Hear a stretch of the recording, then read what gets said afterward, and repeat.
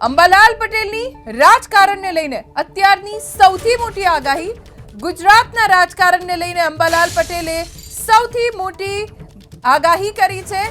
ફેબ્રુઆરીથી મે મહિના સુધી ગુજરાતમાં રાજકીય વાતાવરણ ડહોળાયેલું રહેશે. ગુજરાતના રાજકારણમાં પક્ષ પલટાની મોસમ શરૂ થશે. રાજકીય પક્ષોમાં હુંસાતુસી અને મતભેદ વધુ થશે. ભાજપમાં ફેબ્રુઆરીથી મે મહિના દરમિયાન આવાગમન રહેશે. ગુજરાતમાં તખ્તા પલટની કોઈ શક્યતા નથી. અંબાલાલ પટેલ કે જે હવામાન નિષ્ણાત છે તેમણે રાજકારણને લઈને આગાહી કરી છે. રાજકીય બાબતોમાં સત્તા પક્ષ છે હાલમાં આરૂઢ, એનું એ સત્તા પક્ષ એ જઈ શકે નહીં, એમાં તખ્ત પડતો થઈ શકે નહીં. સત્તા પક્ષ તો રહેવાનો છે, પરંતુ રાજકીય પક્ષોમાં હુંસાતુસી, કેટલાક ભાગમાં પક્ષાપક્ષી, કેટલાક ભાગમાં પક્ષોમાં મતભેદ, કેટલાક ભાગમાં આવન જાવન, આ બધી બાબતો રહેશે. અને રાજકીય વાતાવરણ ફેબ્રુઆરી માસથી દોડાયેલું રહેશે અને એપ્રિલ માસથી લગભગ પંચગ્રહી યોગ થાય છે, એટલે એપ્રિલ મે સુધી રાજકીય જે બાબતો જે છે એ દોડાયેલી રહેશે. પરંતુ એનો અર્થાત એમ નથી થતો કે સત્તા પક્ષ જે છે એ તખ્તા રૂઢ છે, એ તેમાંથી તેમની જે પદચ્યુતિ થઈ શકે એવું ગણી શકાય નહીં. તો ગુજરાતના રાજકારણને લઈને અંબાલાલ પટેલે સૌથી મોટી આગાહી કરી છે. તેમણે કહ્યું છે કે ફેબ્રુઆરીથી મે મહિના સુધી ગુજરાતમાં રાજકીય વાતાવરણ ડહોળાયેલું રહેશે. ગુજરાતના રાજકારણમાં પક્ષ પલટાની મોસમ શરૂ થશે. એક પક્ષમાંથી બીજા પક્ષમાં આવાગમન રહેશે. રાજકીય પક્ષોમાં હુંસાતુસી અને મતભેદ પણ વધુ રહેશે. ભાજપમાં ફેબ્રુઆરીથી મે મહિના દરમિયાન આવાગમન રહેશે. ગુજરાતમાં તખ્તા પલટની કોઈ શક્યતા નથી તેવું અંબાલાલ પટેલે અનુમાન વ્યક્ત કર્યું છે રાજકારણને લઈને.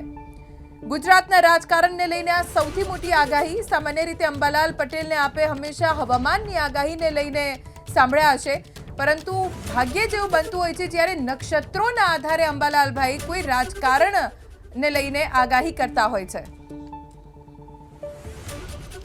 રાજકીય વિશ્લેષક નરેશભાઈ વરિયા અત્યારે આપણી સાથે જોડાઈ ગયા છે. નરેશભાઈ, નક્ષત્રોના આધારે અંબાલાલભાઈ પટેલે આગાહી કરી છે કે ફેબ્રુઆરીથી મે મહિના સુધી ગુજરાતમાં રાજકીય વાતાવરણ ડહોળાયેલું રહી શકે છે. આ આગાહીને લઈને આપની પ્રતિક્રિયા પહેલા શું?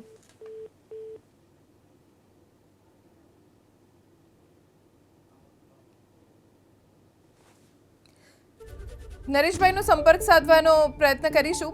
તો અંબાલાલ પટેલ જેમણે નક્ષત્રોના આધારે આ આગાહી કરી છે, તેમના કહેવા મુજબ ગુજરાતમાં ફેબ્રુઆરી મહિનાથી મે મહિના સુધી રાજકીય વાતાવરણ ડહોળાયેલું રહેશે. ગુજરાતના રાજકારણમાં પક્ષ પલટાની મોસમ પણ શરૂ થશે. ભાજપની એમણે વાત કરી કે ફેબ્રુઆરીથી મે મહિના દરમિયાન ભાજપમાં આવાગમન રહેશે, એટલે કોઈક નેતા આવશે તો કોઈક જશે તેવી પણ સ્થિતિ સર્જાઈ શકે છે. પણ સૌથી મોટી આગાહી જે અંબાલાલ પટેલે કરી છે તે ગુજરાતમાં તખ્તા પલટની કોઈ શક્યતા નથી. જે ભારતીય જનતા પાર્ટી માટે સારા સમાચાર એટલા માટે કેમ કે ગુજરાતમાં અત્યારે ભાજપનું રાજ છે અને ભાજપનું શાસન હજી પણ યથાવત રહેશે. જે અત્યારે સ્થિતિ છે એ આગામી દિવસોમાં પણ યથાવત રહેશે તેવી આગાહી હવામાન નિષ્ણાત અંબાલાલ પટેલ તરફથી વ્યક્ત કરવામાં આવી છે. આપણી સાથે રાજકીય વિશ્લેષક નરેશભાઈ ફરી એક વખત જોડાઈ ગયા છે. નરેશભાઈ, અંબાલાલ પટેલની આગાહી ફેબ્રુઆરીથી મે મહિનામાં ગુજરાતમાં રાજકીય વાતાવરણ ડહોળાયેલું રહેશે. આપની પ્રતિક્રિયા શું?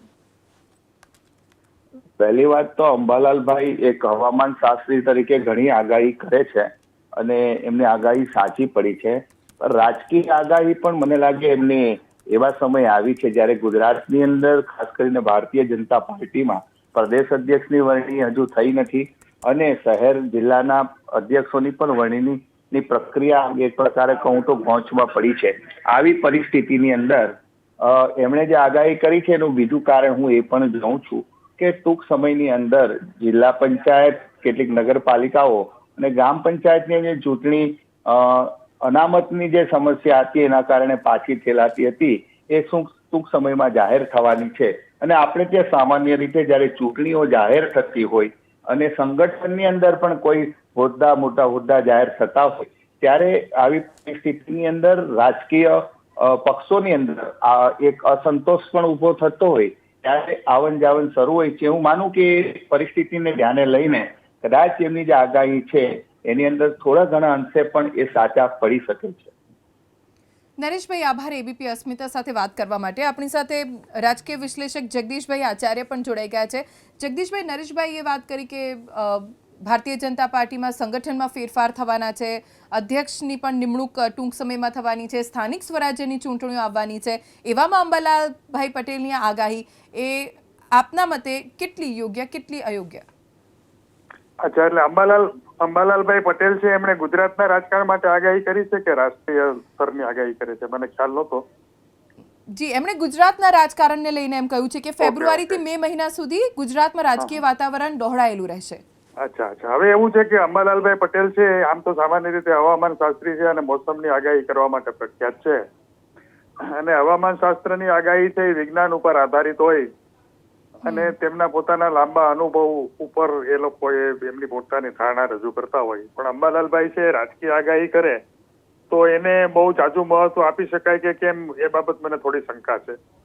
હવે મુદ્દો એ છે કે અત્યારે ગુજરાતની અંદર રાજકીય ઉથલપાથલ થવાની શક્યતા મને એટલા માટે નથી દેખાતી કે ધારાસભામાં ભારતીય જનતા પક્ષ માટે બહુ મોટું જંગી બહુમતી છે. 156 બેઠકો ઉપર વિજય થયો છે.